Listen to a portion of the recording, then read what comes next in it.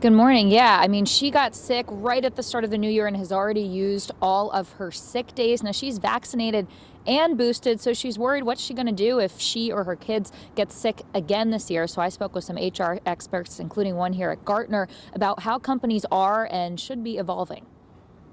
Along with the holidays came a surge in COVID cases, and it reached Jennifer, who works in manufacturing at a Maryland pharmaceutical company. And I tested positive, and then I have to stay out 10 days based on their policy. Wiping out her sick days before she even could step foot in the plant in 2022. I did everything I could to avoid it. She's vaxxed and boosted. And I ended up with it, and it's just not fair to me that I have to use all my sick days and then spend the rest of the year, afraid of getting sick again. So how are companies handling issues like this?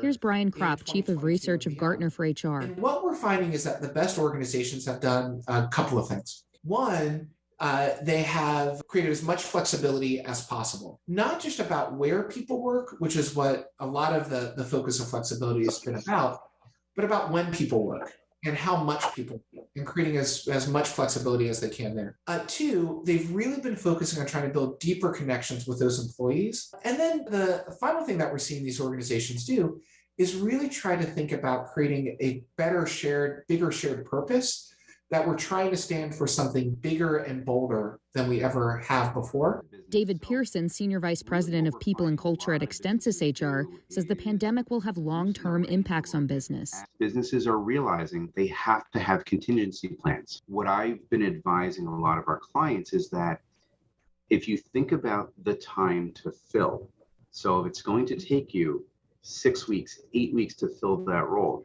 does it make sense to really accelerate your PTO programs and focus in on that as a high priority item? I'm a single mom, so, my income's important. So Jennifer's hoping her company listens to this advice and adds in some flexibility.